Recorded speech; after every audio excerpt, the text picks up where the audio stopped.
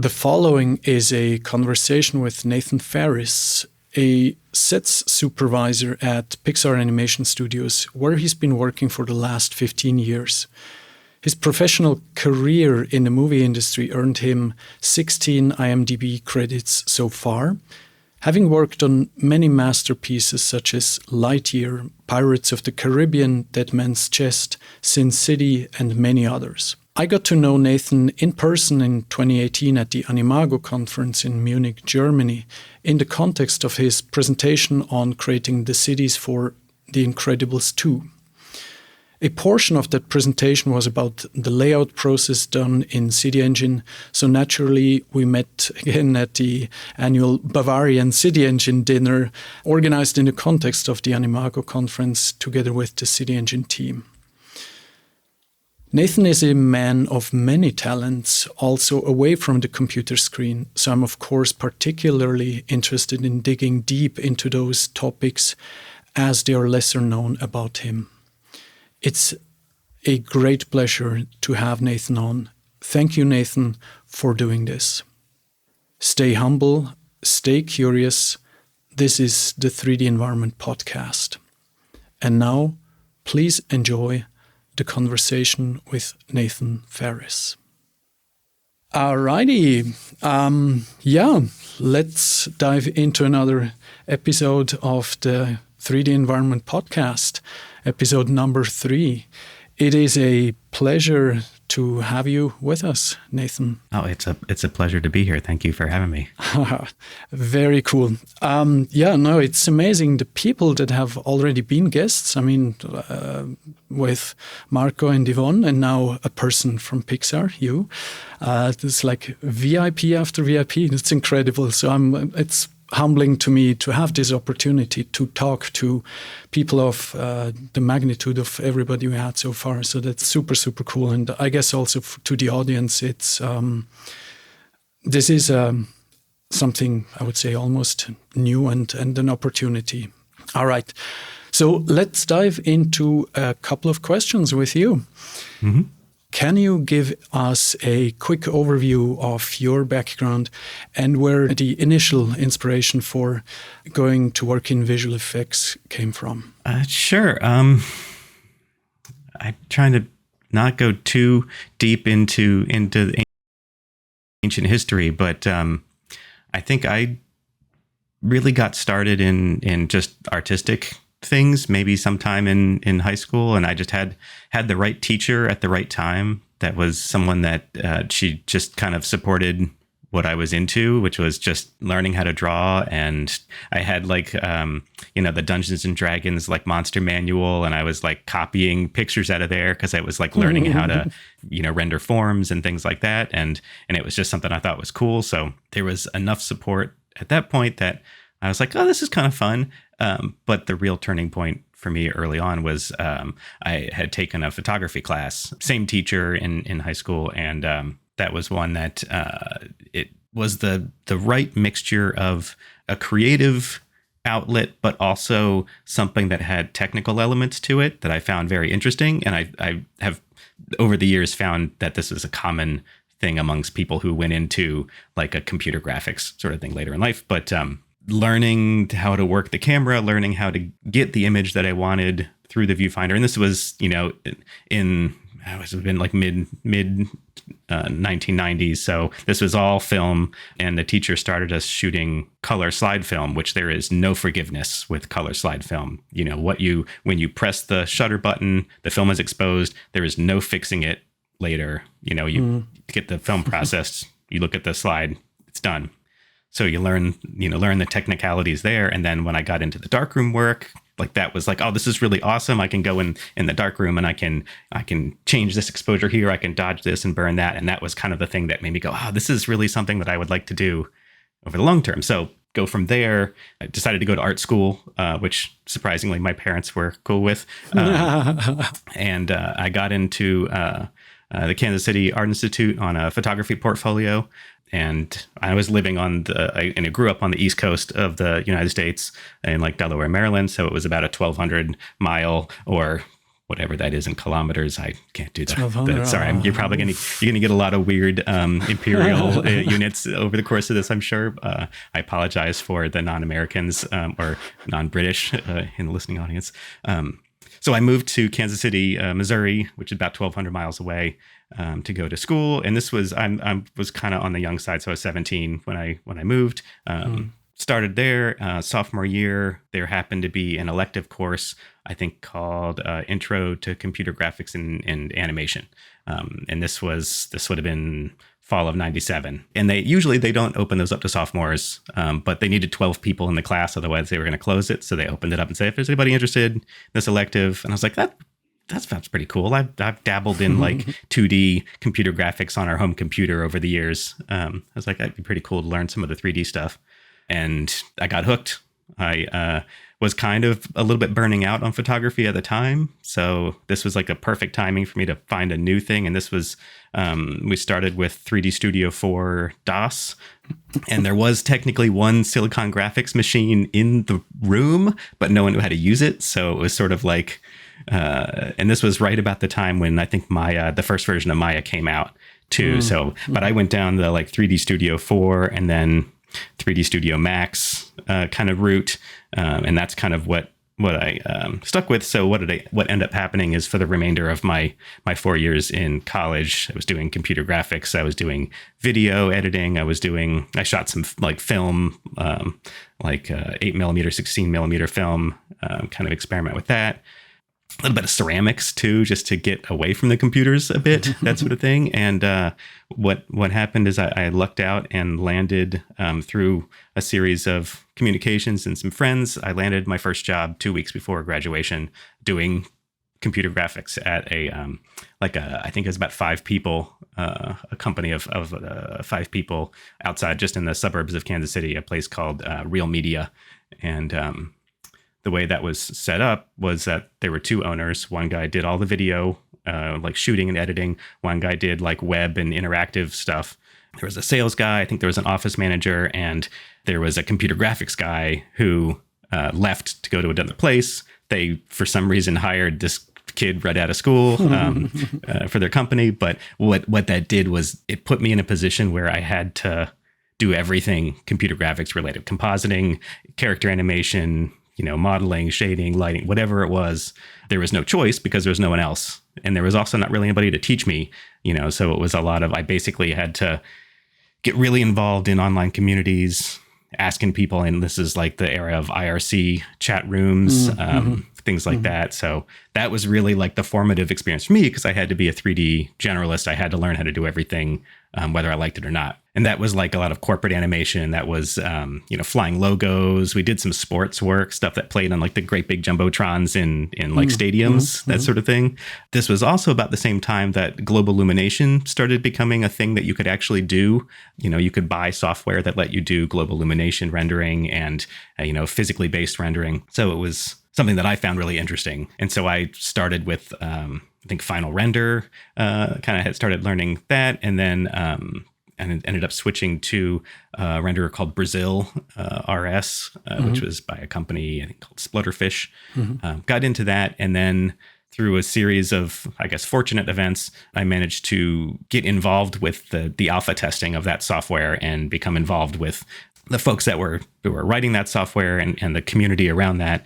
And so I was, became, I don't want to necessarily say an expert, but someone with a lot of experience using Brazil with 3ds Max to make pictures, that sort of thing. And it just so happened that some of those same people around 2003 or so got hired at a visual effects company called The Orphanage in San Francisco. And The Orphanage had decided that they wanted to get into this global illumination stuff. Their CTO, Stu Maschwitz, was looking at it and said, hey, this is pretty cool. I think we should go this direction.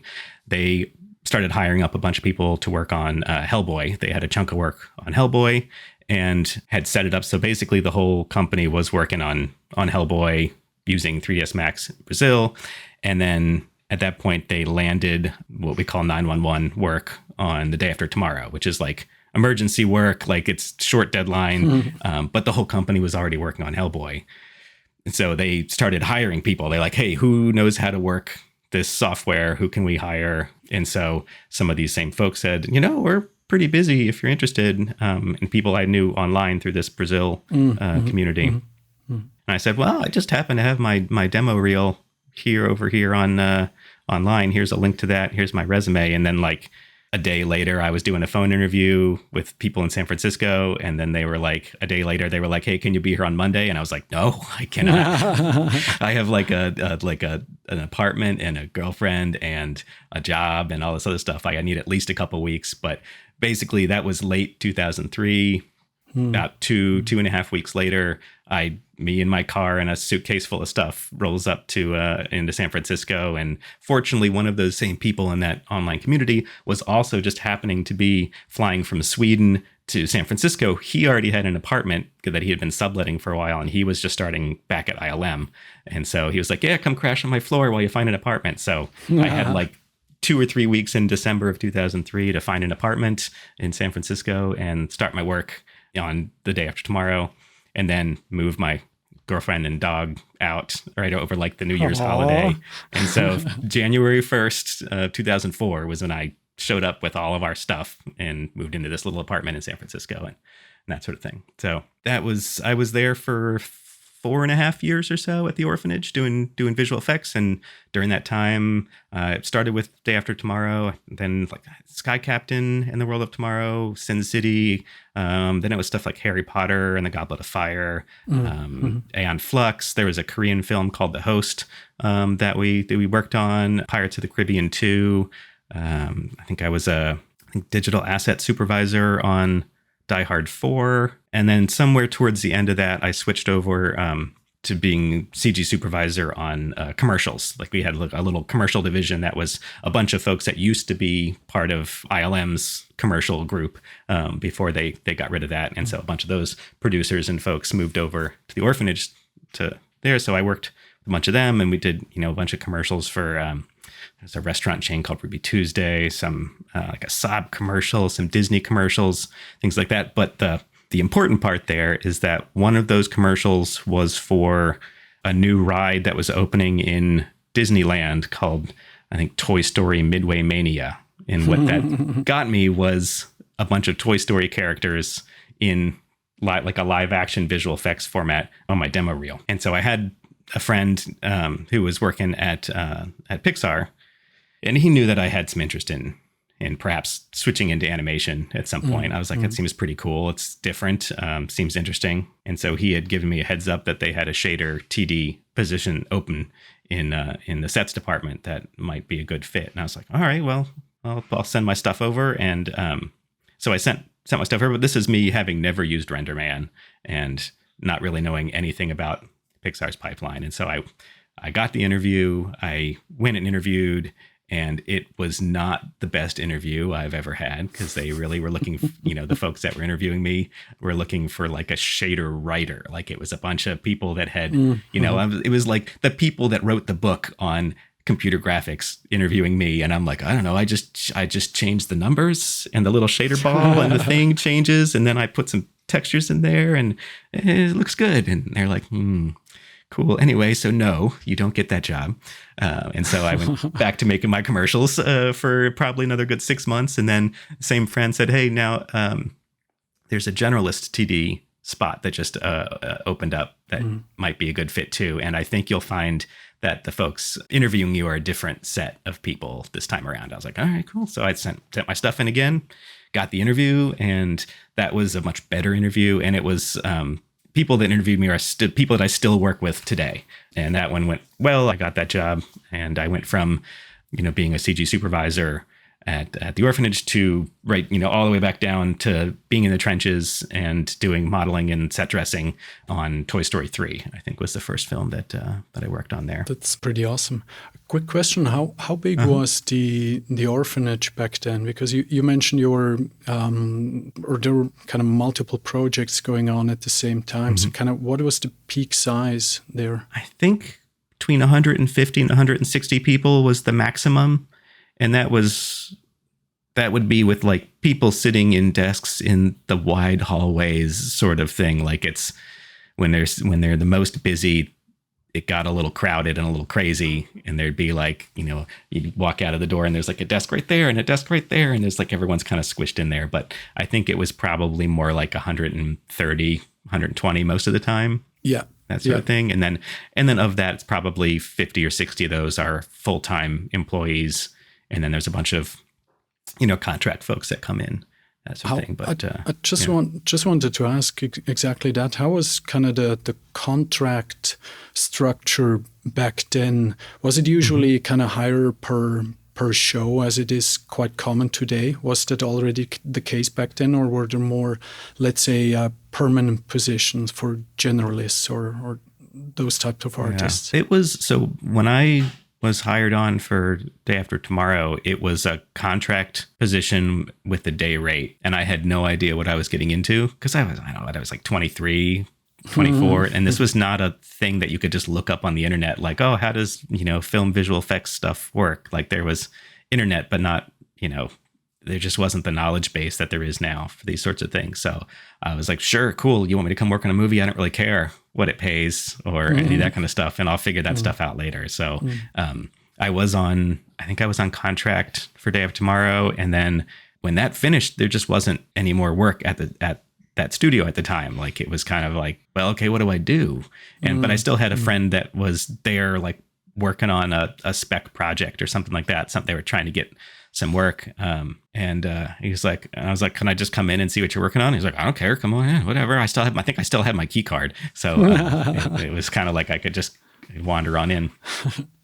And so I just started hanging out there for like a couple of weeks, and then they were like, "Oh, hey, we're working on this spec project. I got to try to get some work on." It was The Island, Michael Bay film, I think, and we were trying to get some shots that had flying motorcycle things, but which I don't think we ended up getting. So I just started hanging out, and then they were like, "Hey, you want to work on this spec project thing?" I was like, "Yeah, sure, this sounds fun."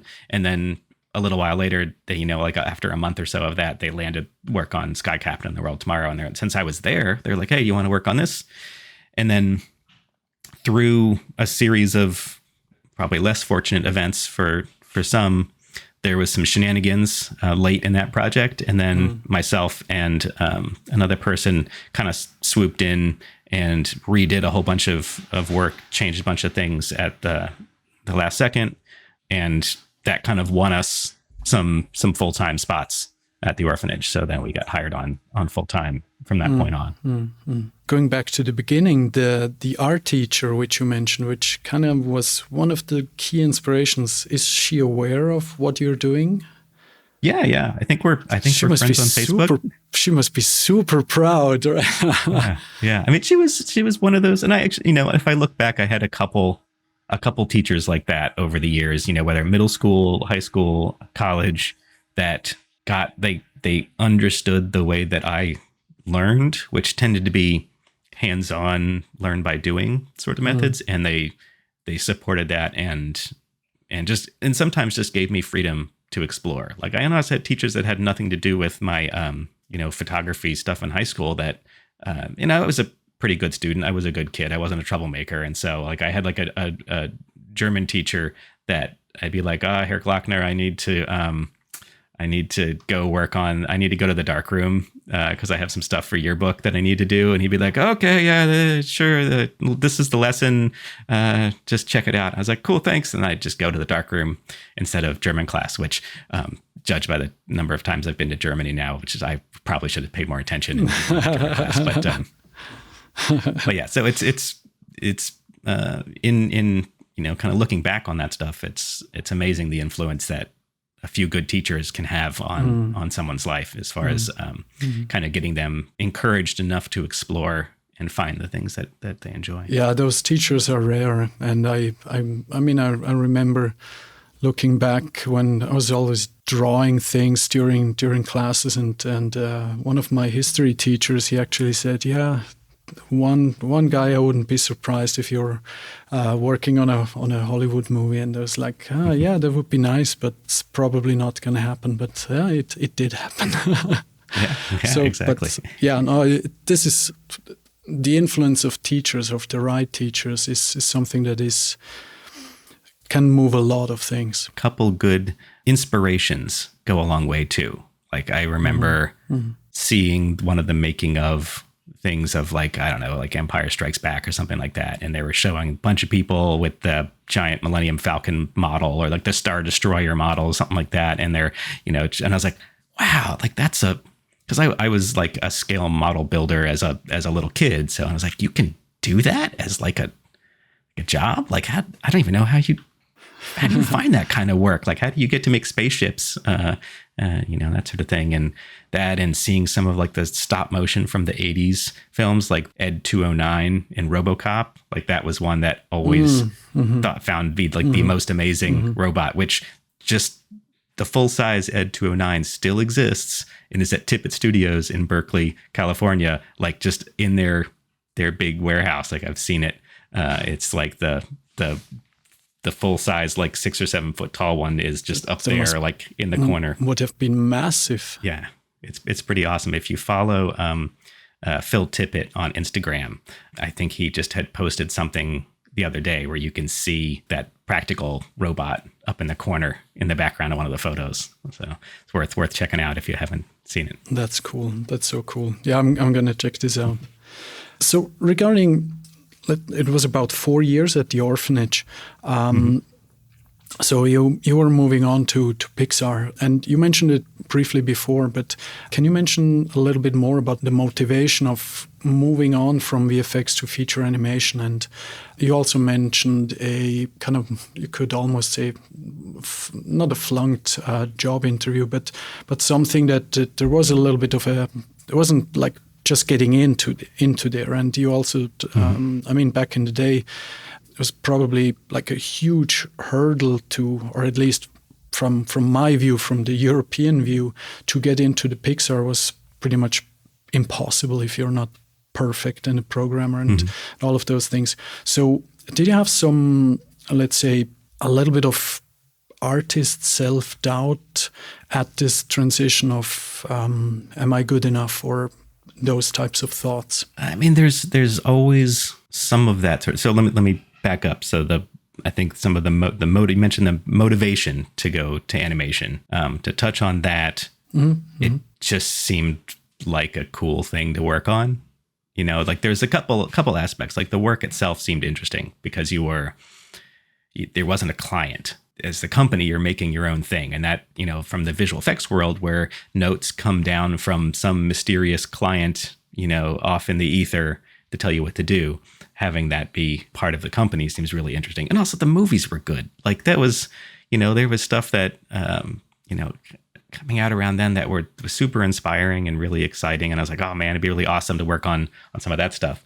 And at the time too, I had been doing the generalist work for 7 or 8 years at that point. And there were things that I knew I didn't want to do anymore. Like I have never enjoyed character rigging, like never at any point in my entire career have I enjoyed that. You know, I am not much of an animator. Like I can do some technical animation, but I don't enjoy animating very much either. So I wanted to not do that. Most of my work at the orphanage was a little bit of modeling, a bunch of shading, a bunch of lighting, a bunch of effects. Like that was the bulk of it. And I knew that I would kind of like to not do effects because the computers at the time were slow enough that doing like a fluid simulation just took ages. And it was kind of like you tweak some numbers and you have to wait like 4 hours and then you go, it's no good. It's like, I was like, okay, I don't want to necessarily do that. So I had been looking for a way to not do some of the things I didn't want to do and kind of narrow down to stuff I enjoyed more. And also like, if you get to visit Pixar, like it's a beautiful campus. Like they have a swimming pool and like a barbecue, outdoor barbecue pit, and there's a soccer field. Like it's kind of a ridiculous little oasis in Emeryville. And it's, you know, California. So there's palm trees. It's beautiful. It's very nice. And so I was like, yeah, this would be a pretty cool place to work. Not really knowing a whole lot. I mean, this is kind of, I sort of feel like I fumbled my way through my career, not really knowing ever what I'm getting into. So when you say, did you have a lot of self-doubt? I'm like, I had no idea what I was getting into. So I was like, oh, sure, I know how to make pictures with computers. This, you know, and I had a close friend that had been working there since 2002 or so. And he was like, oh no, you can totally do this. The stuff that you're doing is very close to what we're doing here, tools are a little different, etc. So I was like, sure, why not? Like, there wasn't a lot of doubt because I didn't really know what I was doing. I was just like, sure, I just made some Toy Story characters using, at the orphanage. I could do it at Pixar too. I mean, that in itself is already quite an important little detail. 2 points I would like to comment on. First one is the difference between working in visual effects. You mentioned this before, where you have a client, it's basically a movie studio that, and you're producing some shots. So a couple of people in the audience might not be aware of the distinction. So there is a client, a movie studio, right? Mm-hmm. And the visual effects studio is producing those shots for the client. Now, switching to a company like Pixar, for example, or others like DreamWorks or Sony and so on. So that's a whole different ballgame because they don't have a client. They produce their own IP, their own movies, and so on that note, the whole dynamic is completely different. Some people might prefer one thing, some people might prefer the other thing, but it's something definitely worth addressing. And the second point is also kind of knowing somebody in the industry or working at one of those places that you know personally, let's say that is a friend that might be super helpful. It's a little anecdote, but why personal networking is so important, right? And not just networking in the sense of number of followers or so, but really try to make deep, meaningful connections in the industry on the social side of things, because you might actually get some really good personal inputs in the sense of, you can do this, and you have what it takes to come work at, for example, Pixar. And that's something that I personally find very important to kind of underline these dynamics. Yeah, it's definitely not to be underestimated. If I look back at the jobs that I have had, doing computer graphics in the industry in some way, all of them I have gotten because somebody said, hey, you might want to check this out. I think you might be a good fit. Like they knew what my work was like. They knew my interests. My first job out of school was because, one of my best friends, she had been interning at a company, like a VFX computer graphics company in Kansas City. And she knew that there was, first she thought, hey, you should come work here too. And so I tried that, and they're like, we don't actually have any budget to hire anybody. But then they gave me a call back a few days later and said, actually, there's this other company that you might actually be a pretty good fit for. You should give them a call. And it turns out, I discovered later, it was because company A had hired the computer graphics guy from company B. So they knew that there was an opening because they just got the guy. They just hired the guy over there. But that, and then like I mentioned on the intro kind of thing, like the community behind the Brazil rendering system knew that I was interested in maybe, jumping over to California. Because, when I was in Kansas City, I was like, at some point, maybe I'll move to LA and then I can work in one of these little boutique shops, do some commercials, like slowly. I kind of figured like if you slowly work your way up, you can do better and better work. And maybe someday you work on a movie. But it was through those personal connections that I just skipped over all the middle stuff and went right to working on movies. And then likewise with moving to Pixar, it was just that I had a friend there who said, now's a good time, because so much of getting a job that you really want is being in the right place at the right time.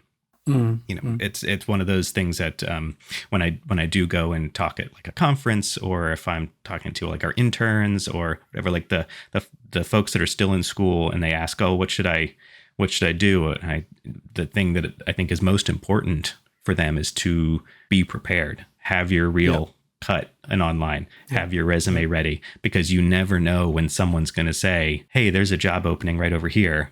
I think you would probably be a good fit. You should send them your stuff. And if you say, but I just have to finish this project and I gotta cut my reel again, I gotta change a few things, I gotta work on my resume, like that job opportunity is sliding by in the timeline of life. And if you're not ready to jump on it, then you're probably going to miss it. And all three of my jobs in the industry, I've gotten, I would say, largely because I was in the right place at the right time and I was ready. I had a reel cut, I had a resume ready, and I took the chance, to call them up or send some stuff over, that sort of thing. Yeah, I mean, I can completely agree to that. And I've seen a lot of job applications within my company, and just very recently I got an application from an artist that's just applied. We didn't have an opening, but that happens, right?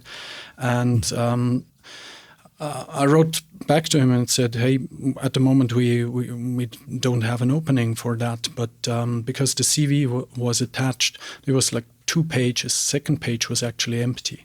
It's a PDF file. And so I wrote back to him kind of, hey, just FYI, I noticed that the second page of your PDF is empty. Fix it. Because recruiters are looking out for those details. And also kind of that the chronological order in the CV is like clear and cleanly understandable. Because if you have 100 CVs in front of you and you have to browse through them, the ones that are just slightly out of place, you're going to drop them, right? So it's the little things, and it's so surprising that still nowadays a lot of teachers or let's say schools don't say this shit is important. Come on. Yeah, to me personally, to be very frank and honest, the CV, how the CV is structured, tells me more about the images in the CV.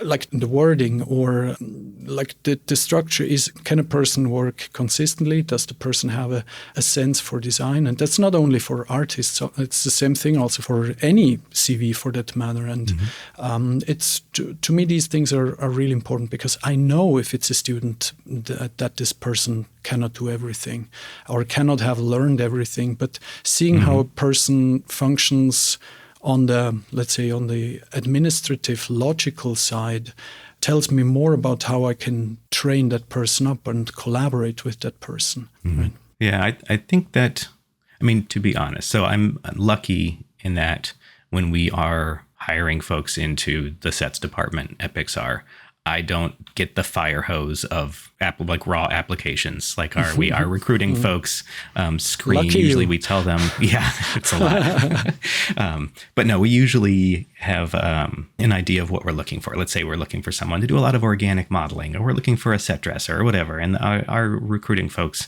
they know generally what to look for in reels and resumes and things like that. And so by the time it gets to myself, the other set supervisors and, the leads in whatever discipline we're hiring into, it's usually maybe a dozen, anywhere between 10 and 20 people. And then we go through their stuff. But I almost always look at the reels first. Like I want to see the work. And then if I'm confident that, okay, this person has good work on their reel here. Now what's on their resume? What's on their CV? Like, where have they been? Are they doing this stuff themselves? Did they do it? For students, it's like, did they do an internship at some production house somewhere? So they have some practical experience, that sort of stuff. But one of the things that I tell folks too about their reels is that make that reel as digestible as possible. And by that, I mean, the pictures are there. That's cool. But I would love to not, like if I'm looking at 20 reels and let's say they're, 2 to 3 minutes a piece, we're looking at 45 minutes to an hour of just reel watching. And that it's, you don't watch them back to back. It's like, so it takes hours, a half a day or something to go through a big, group of candidates like that. And so what I want is to be able to look at the reel, and I want to know what they did on it, and whether that's, something as simple as putting text across the bottom that said, when you see a shot, it says modeling, or shading or whatever it is, or freezing a frame and outlining the thing that they did, like whatever it is that makes me get all of the information, in those 2 or 3 minutes. And also, people please, 2 or 3 minutes, like seen some 15-minute reels, and that is just a hard no. I'm like, it's too much. But if I can get everything I need to know about the work that they did by just viewing the reel and not necessarily having to do a pause, check the shot list, the kind of breakdown to figure out what they did, and then unpause and then pause and then see what they did, like that slows things down. It takes me out of their work. It takes me away from looking at the pictures and concentrating on the quality of the work. And now I'm suddenly looking at typos in a shot breakdown or whatever. So I would love to not do that. Like that's my own personal preference. And, contrary to a lot of other places, I like music in reels. I like to experience it as like a little music video about your work. Like that's my own thing. But yeah, Yeah. But those little details do matter a lot. It's important to have that presentation be as best as you can do. Yeah, and I completely agree, because kind of a really well-made reel in 90 seconds can tell a lot more than 15 minutes. And what it especially tells you is that the person is willing to actually put in the time to drill down to the core essence of the message and not waste your time also evaluating the materials to see if you're a fit or not. Mm-hmm. And that's exactly one of those aspects of what I mentioned before. If you're working on let's say on a production, on a movie, as a team, you want to be as efficient as possible together. So this is one aspect of showcasing that you are aware of efficient workflows, including the time of the person that actually reviews your portfolio or your reel. It's exactly one of those organizational things that is also really important to consider. And I think these are the things that are very often not expressed. There's also an aspect of self-critiquing and being able to curate your own work in a way that shows that you are aware of your strengths and weaknesses and that sort of thing. And so what that often means for a student or someone who's shortly, out of school, they only might have 2 minutes worth of work that's worth looking at, like that they have produced in their life, because, you produce a bunch of stuff that's a gradation from bad to decent as a student, because that's the learning process. That's the, one of the things that I heard someone say once that stuck with me was, in order to be good at something, you have to be okay with being bad at it for a while. And that's the truth, because you have to learn all the things. So the students produce that much work right at school, so it's easy to have a short reel. Often they're inclined to stretch, like, oh, I want my reel to be longer. I want to have more work, and so they are often tempted to put in the earlier stuff that is not representative of what their current abilities are, just to have a longer reel. It might drag them actually down. Yes, exactly. Because suddenly you're seeing something that's 2-3 years old, and that's with someone who's been doing this for 4 years. You go, what's this doing on here? And so that at the student level, that's one thing. And then as a professional, you want to see a reel that is showing their best work now and not their entire career worth of work.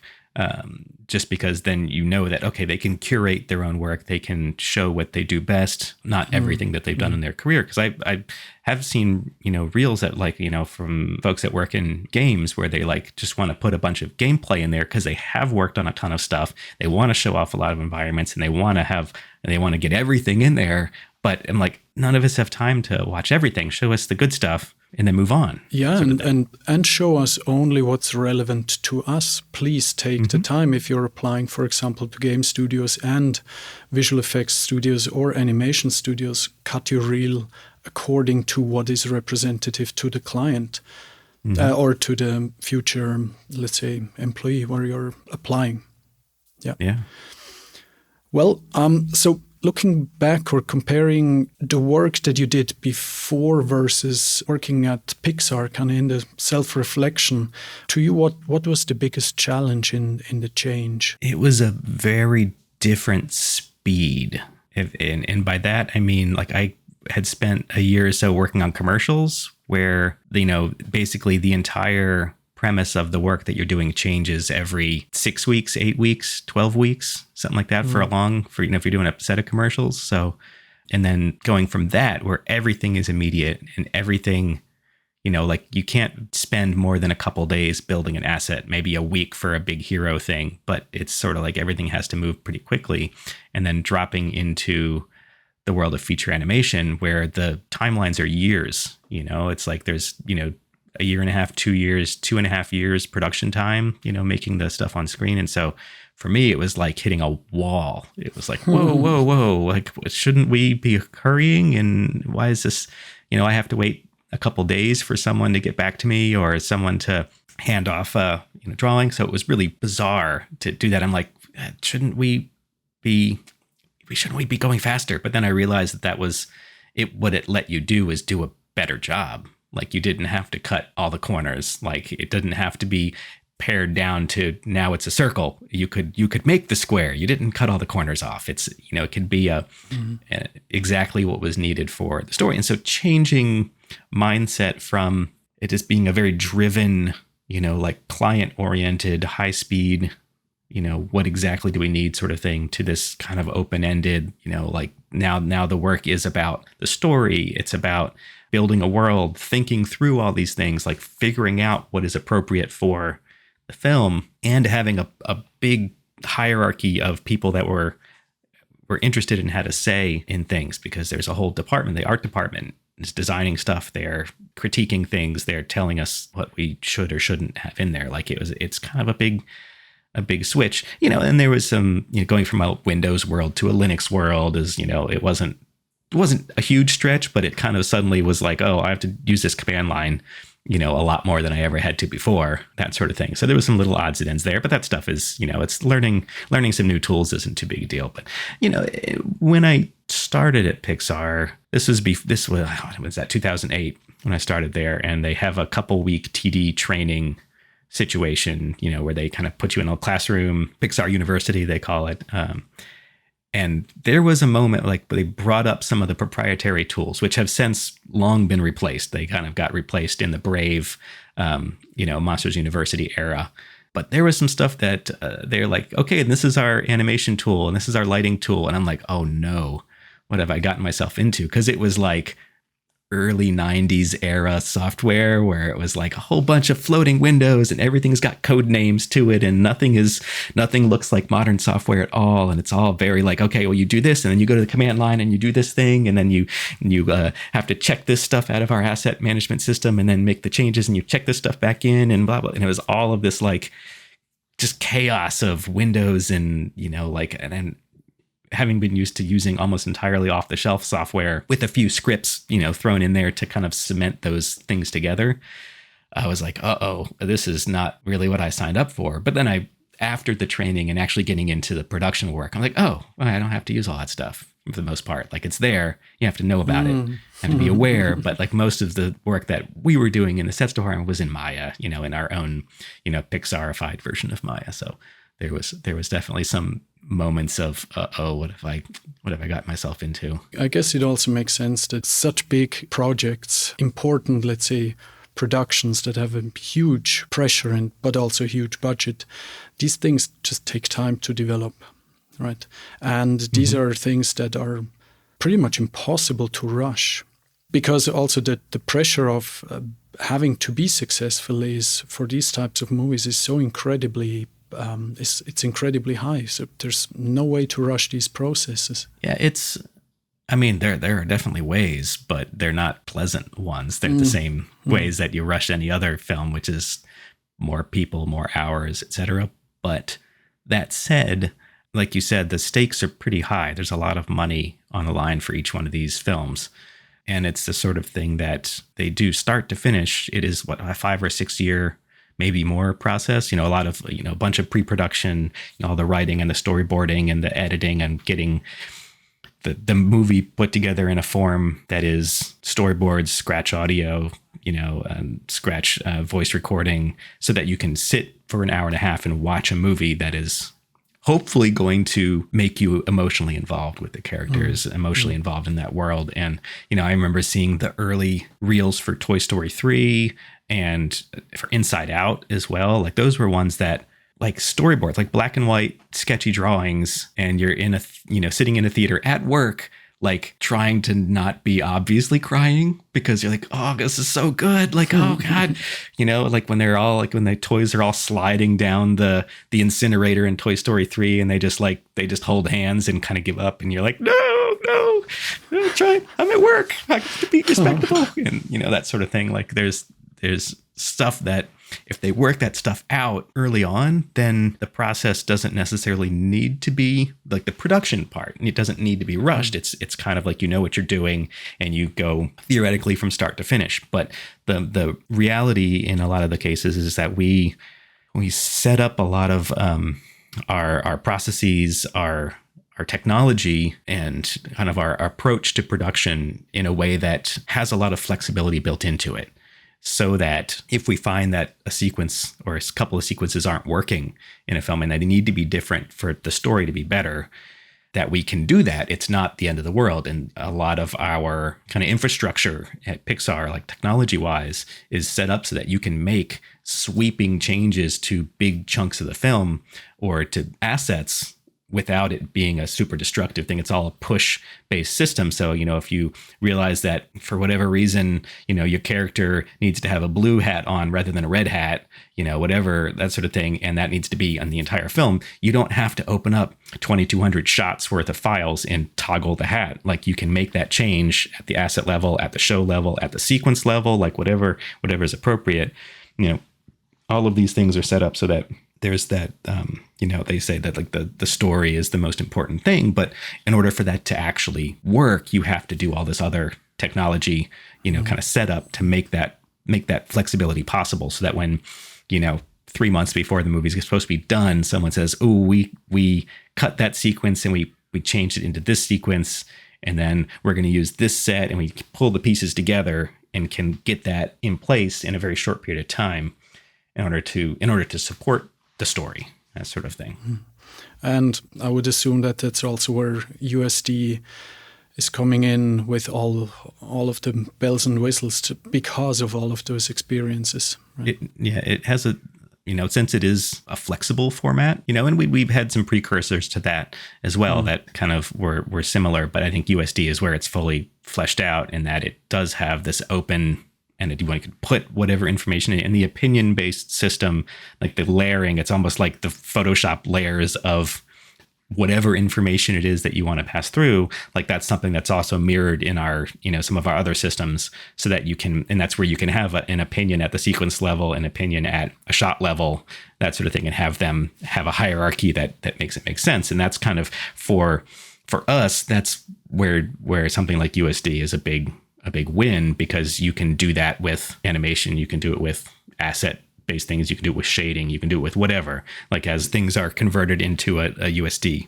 kind of backbone, it allows for that flexibility at a like very low level. Like the underlying file format gives you that as well, or it just supports it. It doesn't really give you anything, because you have to do that, the integration with your tools, but it lets you have something in the same way that like EXR, you can just stick all kinds of AOVs into your EXR file if you want. Like, it just lets you put whatever you want in there. It's the same sort of thing. Like, you can put whatever you want in that USD as long as you have tools to read and write that. Regarding the storyboarding aspect from just a minute ago, are the storyboards still kind of just 2D sketches, you could say, like the classic storyboards that were just drawn and like put up on a wall and then gone through in that classic manner?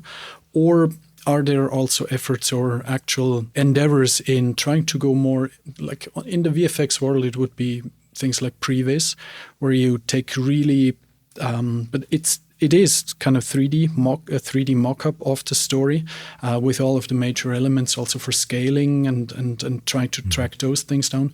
Is that something that Pixar is also doing, or is it just kind of classic storyboard? And if so, why? I would say the vast majority is classic storyboards. It's all digital. It's like, it's not like it's a bunch of pieces of paper and on a board with a stick. It is, stuff that's digital illustrations, and they feed into our editorial system, and they're edited together in Avid and all that kind of stuff. But, later in production, like, there's a place for previs, there's a place for some of that stuff. And sometimes, depending on sequences, sometimes there's some, After Effects stuff going on in there. And, if we need some other animation, but at least for us, and this is coming from someone who's not in the story department. I don't, this is my exterior view. I mean, I would work with a lot of these folks closely on films, but the artists that we have at Pixar, the folks that are in the story department, as far as I'm concerned, they're like magicians, because they can take a little stylus on the Cintiq, wiggle their hand around a little bit, and there's life. It's the thing that, and they're like, they have traditional animation training, traditional illustration training, and the emotion that they can get out of a handful of storyboards, one every couple of seconds, the character, the facial expressions, the movement, I have not seen that replicated in a previs sort of manner effectively, so that it conveys the same level of feeling and emotion when all edited together. So you have these images that are just black and white sketches for the most part. Sometimes they put a little color in there, sometimes they do a little bit of shading, but put those together and you have the facial expressions and the emotion on the faces of the characters that you don't gain again until animation is almost done later, years later in the process.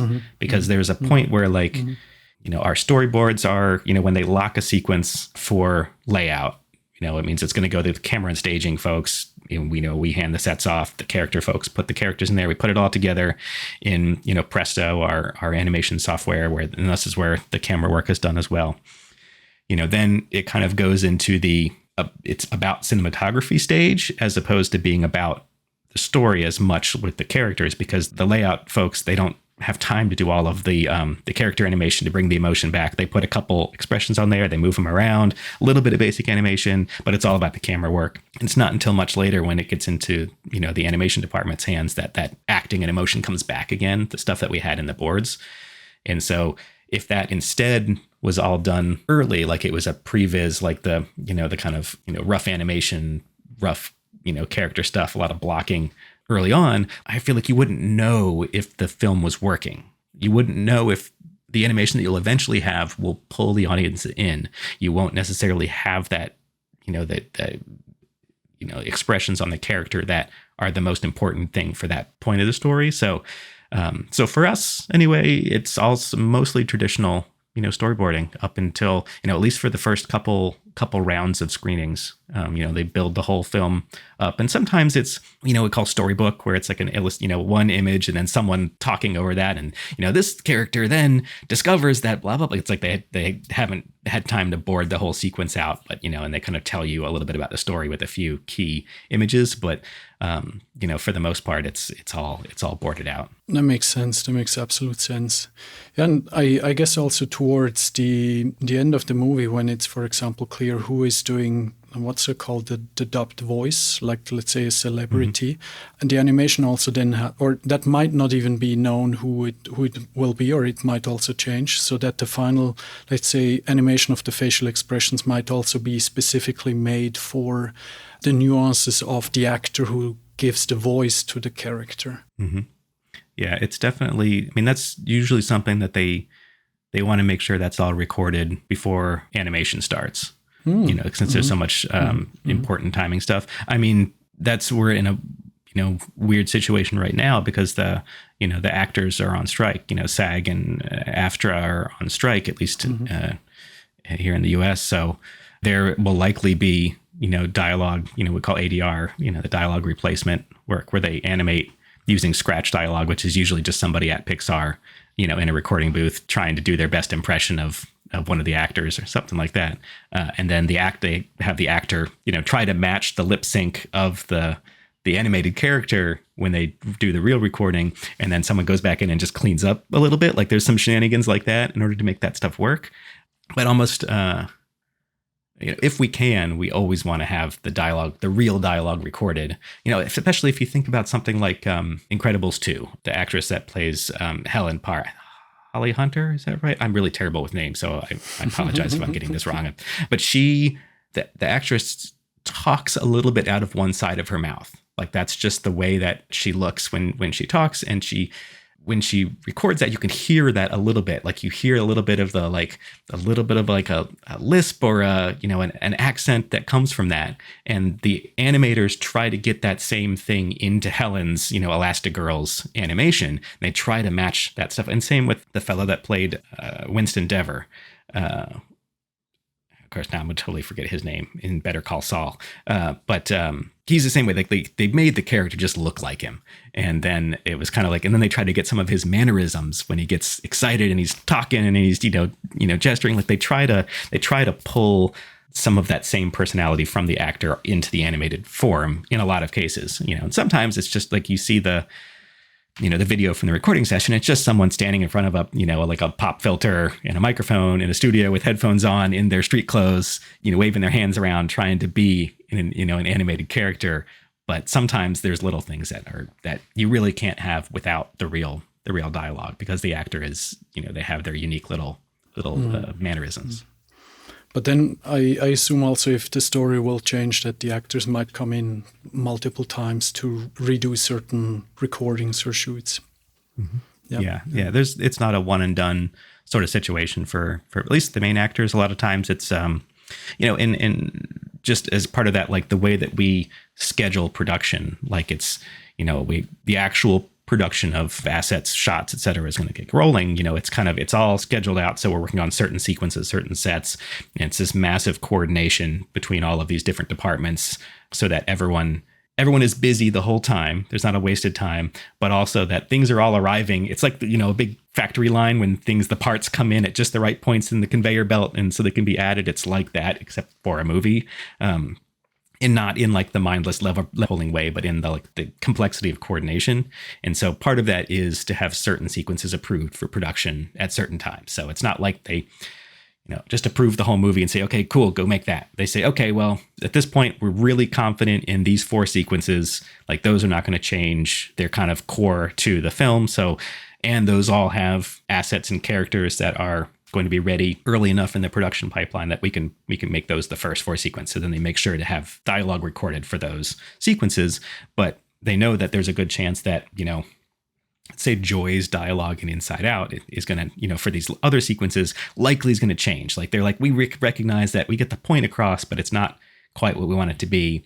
So, Amy Poehler is going to record these 4 sequences worth of dialogue, but not these other ones. And they're like, we'll bring her back and the other voice actors at a later date. And sometimes they're in a room together. Sometimes they're on different parts of the world. Like it's all, I remember, if I recall, like some of Ellen DeGeneres' dialogue on Finding Dory was like recorded in like a tiny little recording booth at her talk show headquarters, because she only had this little tiny window of time.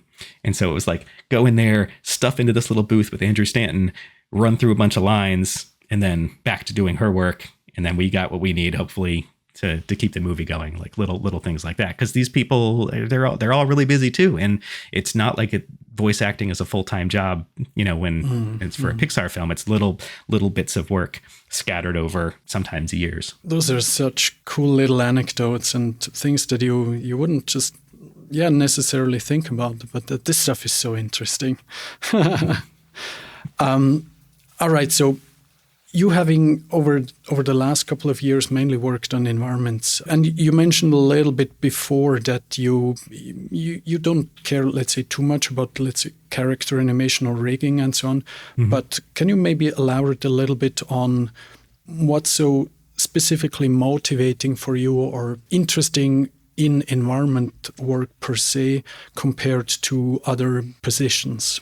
I think I have always been more of a world building person rather than, I'm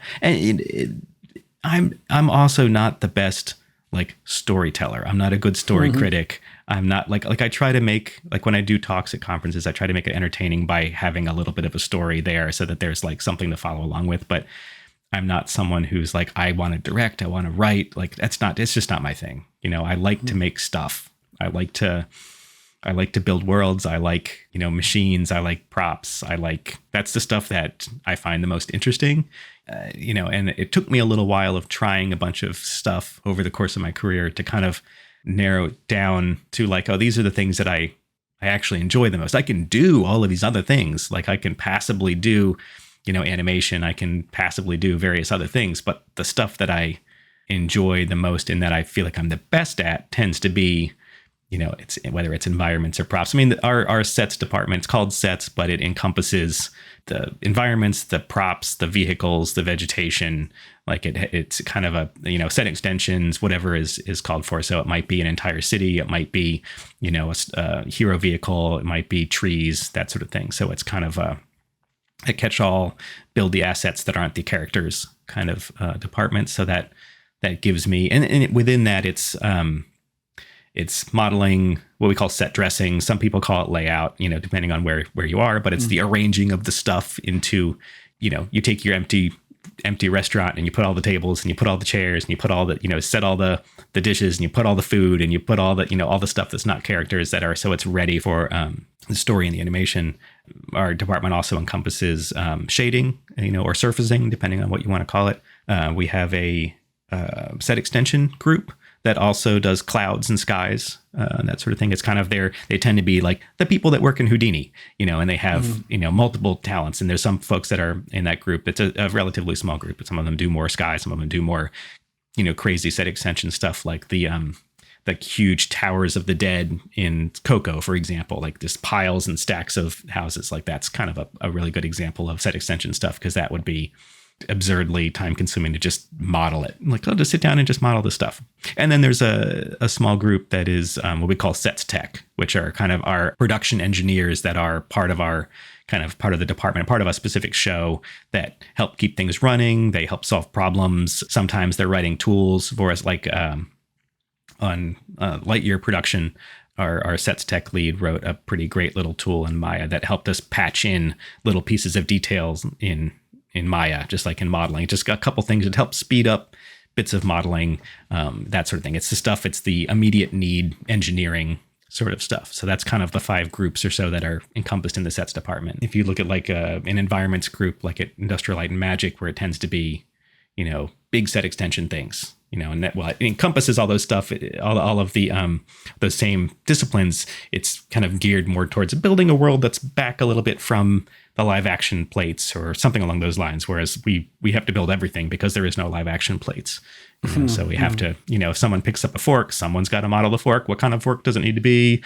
Is it stamped, stainless steel? Is this a fancy silver fork? Like, what are we in the Ratatouille restaurant? Or are we in the diner in Incredibles 2? Like, what? Like, all of these things have to be sorted out. So I'm a nerd about that stuff. So it's like, I love to know how things are made. I love to know about process. I love to know about materials. Like, that's the things that I find most interesting. So it's just ended up being a really good fit for me, because I actually care about, is this a stamped stainless steel fork, or is it a, sculpted sterling silver fancy fork? Like, and then what kind of forks is it? You need a little snail fork? Do you need a, just salad fork? Like, all of these details. Like, I'm the sort of person that actually cares. That sort of thing. Other people wouldn't care about those details, right? But they are great in, I don't know, creating explosions or character animations and so on. So I can completely relate to that, to the side of just being basically an environment guy and just creating the worlds, statting, no humans in them, no story, because there's also just a few talents that were also given to me. So I do understand the motivation for the world creation, but the worlds then in all the detail that is necessary. But to dig deeper a little bit in this, the difference at Pixar now for you in your position, the difference between being an artist and a supervisor, can you elaborate also a little bit on that aspect? This is, so I was a set dressing lead on Monsters University and Finding Dory, and set supervisor on Incredibles 2 and Lightyear. So that's kind of my history at Pixar as far as leadership goes. But this is a question that I feel like I've taken a long time to be able to give a decent answer to, and not mean like I had to think on the question a while. Like, it's taken me years and years of like trying to figure out why I'm doing this stuff. And I definitely would have had a different answer much earlier in my career. Like when I was at the orphanage doing CG supervisor roles, like I probably had a bunch of frustration about how things were run, because I would be like, oh no, this is like the least efficient way to do this. Like, we're wasting so much time, like wasting my time. I hate redoing things. Like, I want to just do it right the first time. Like, there was a lot of frustration. And so when I was given the opportunity to be a supervisor on my first commercial, I was like, finally, I can do it right. And then, of course, promptly did not do it right. I made a bit of a mess of things, but that's part of the learning process, I like to think. But it's the sort of thing where that has changed over the years into it being an actual job that I like a lot more, that I find much more engaging. A lot of times I see what we call, the individual contributors, the frontline TDs. They look at a leadership role and they say, well, that means you get to do the good stuff. It means you get to pick the project and you get to do the thing that is the high profile thing. And, in reality, it's almost the opposite, at least for us. So that often our leads and supervisors, you have to set someone else up for success. And then you take the scraps because those are the things that other people don't have time to do because they're busy doing the high profile project that you set them up for. But like what I have realized over the years is that the key to like the leadership, the supervisory roles is, I mean, you have to know what you're doing to begin with, because otherwise you can't correctly do all the other things. But the most important aspect of that is bringing out the best in other people, like being able to know your team, know what the tasks are, know what your team's strengths are, and being able to assign tasks that the person will, not only do well, but also be excited about, be enthusiastic about, and be excited for, and therefore they will do their best work on that task. And that is what we want. And then, I don't want to waste people's time either. Like I don't want, one person sitting idle while someone else is, just slammed with work. So it's about trying to set up the whole process, and for an asset supervisor, at least at Pixar, you're probably on a show for 2 years, maybe 2.5 years, something like that. And so it's a long marathon of work. It's a long arc of ramp up. You add people to the team, and then there's a peak of maybe 20 to 30 people. And then, and then it drops off towards the end of the show because we can't still be making assets when they're trying to light the last shots, things like that. But what I have kind of taken the most pleasure in and where I draw the motivation on that stuff is to try to make those people's lives better. Like I want them to enjoy the work, not dread the work. I want them to feel that it was a rewarding experience and to come out of a show, having worked on the show for a year and a half or whatever, saying that was hard, but it was awesome. Like we all worked hard, but not in a wasteful way, not in a frustrating way, not in a, in a way that you look back and say, well, that was, it paid the bills, for a year and a half or whatever. Like I want them to say, oh, that was great. It made me a better artist. It made me, love what I do. And it makes me love the final product. Like all of these sorts of things. Like that's sort of when I look at leadership and supervision now, like as far as the team oriented aspects are concerned, that's the fun stuff. Like that's the interesting thing. And it's because it's that the people, problem, if you say, like, if you look at it like a puzzle, it's trying to find the right tasks for the right people. On the other side of the non-people side of it, there's a large scale problem solving. There's project planning, there's coordination with the other department supervisors. There's like a high level creative and technical influence that are all very, interesting and satisfying at this point in my career. Because I'm, what is this, 23 years in at this point. And so that's the stuff that I find really interesting because it's no longer about making the best, thing that I can make hands-on, because it's like when I do modeling, etc., saying I can just make whatever. Like I've been doing it long enough that it's not a matter of can I model this thing? It's what am I modeling? What would you like me to build? What would you like it to look like? What is that concern? Like that kind of stuff is like I feel like I figured that stuff all out. It's not a thing that I am challenged by anymore, and that's what I seek out, and that's what I find interesting. The challenge of leadership and supervision is the thing that I find really interesting, because people will tell you if you aren't doing it right. You'll hear about it. And so it's one of those things where if you've done a good job. And if people come off the show and say, because and there's the people at Pixar, everyone's there for the long term. So it's not like people come, do the work, and then disappear for the most part. Mm-hmm. So it tends to be like we ask people for feedback after the show. Like, hey, did you, do you have any, what are your thoughts? And if people are saying, yeah, that was really cool, like that was a great experience, or I really liked the way that you and the manager paired up and did these various things, and then I know that it was, more of a success. But like that's the big difference. And to be honest, like on Incredibles 2, I did some early previs work on the big city of Munisipburg, like some city engine stuff, that sort of thing. Mm-hmm. But after that, I did like no hands-on work because I was just in meetings all day, like in screening rooms all day. Like it just like there was no point where I have a thing that I can point at on the screen and go, I made that thing. Like my demo reel for Incredibles 2 would be 0 seconds because there's nothing on there that I did that you actually, where I made the final product on the screen. The transition to remote work during the pandemic, which also coordinated with Lightyear production, actually allowed me to have a little bit of hands-on work. So I managed to model one of the robots in there and did some, modeled Buzz's apartment, a few odds and ends of stuff that I could get hands-on work on. But usually that's not so much the case for a supervisor, because you have too many other duties. You don't get to do the hero projects. You get to do maybe a couple fixes at the end of the show when everyone's really busy, and you're like, yeah, send that to me. I go deactivate that thing or whatever. It sounds like the human factor is definitely for supervision, the hardest, but might also for certain people that like it also be the most satisfying.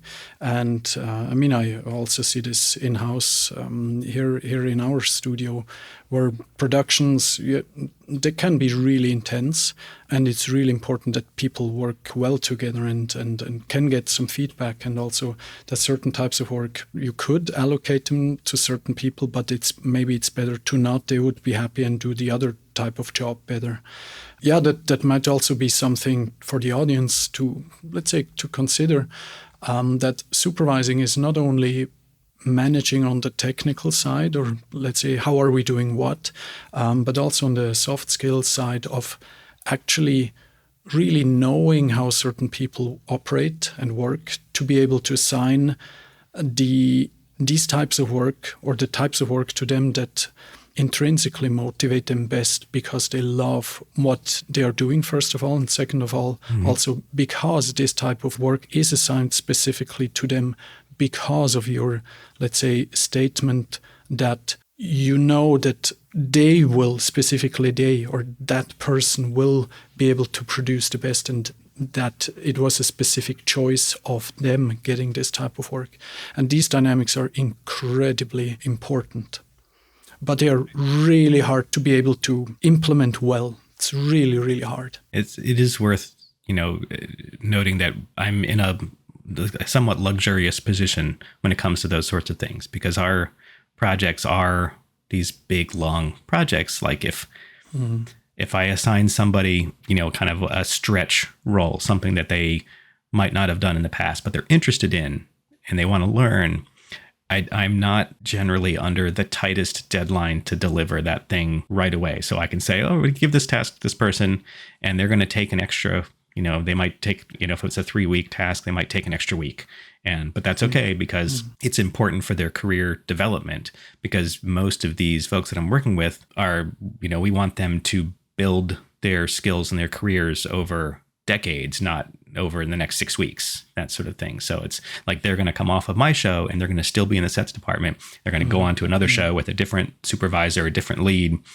And if they have gotten to be a stronger artist because of tasks that they've done on my team, where we gave them a little extra time for these things, and it's an overall win for Pixar. It might not have been a direct win for my department on my show, but it's a win for the next show. And then when they come back again later on and they're back on a different show with me, then they have gotten that much better, and they have, satisfaction with their job. And they have all of these, like I said, the soft things that are not necessarily as notable on the spreadsheets in the accounting and things like that. But if you look at it big picture wise, it actually does pay off. It pays dividends in them being excited about their work, be willing to put in extra time, maybe one less coffee break, whatever it is. Like, it's the sort of thing where they get better, and they're now a better employee because they're happier, because they're more experienced, because they've now done the thing that they hadn't done before, and now they can do that thing on another show. Like, there's a bunch of these things that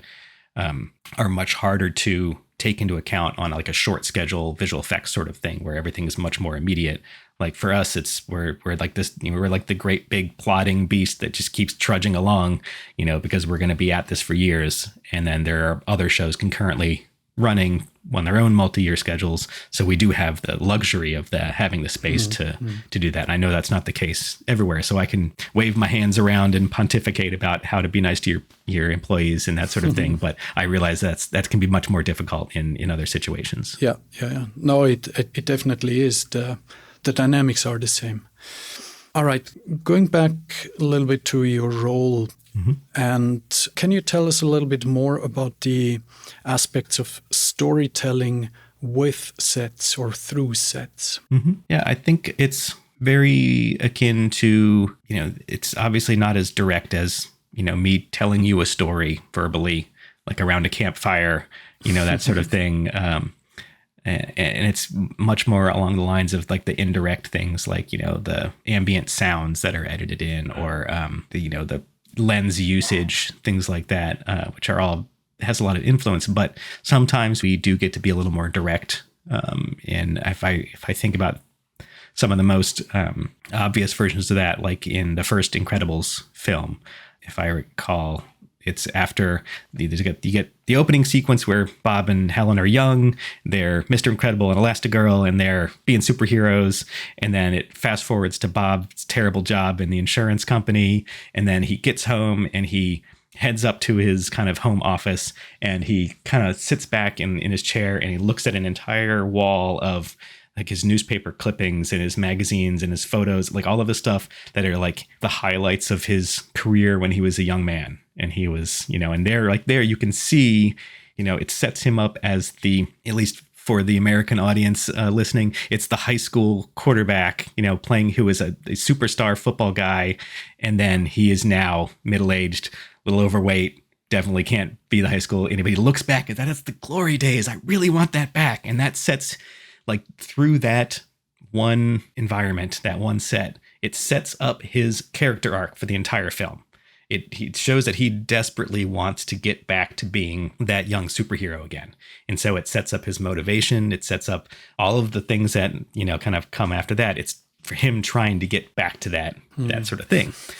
Like less obvious stuff. Like, I think if I think about Mike Wazowski's dorm room in Monsters University, like Randall is his roommate.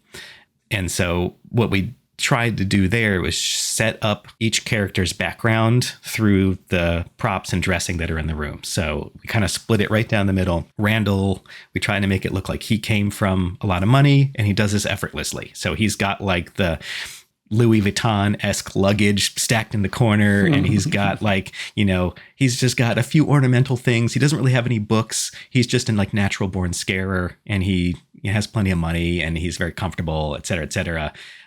Whereas Mike he's like just got chaos. He's got a bunch of he's got the milk crates with his, you know, stuff in it. He's got a whole pile of books. He's a big mess, but it's obviously he's trying really hard. He's worked as hard as he can to just get to where he is now. It's been a huge effort, and he's put in that effort.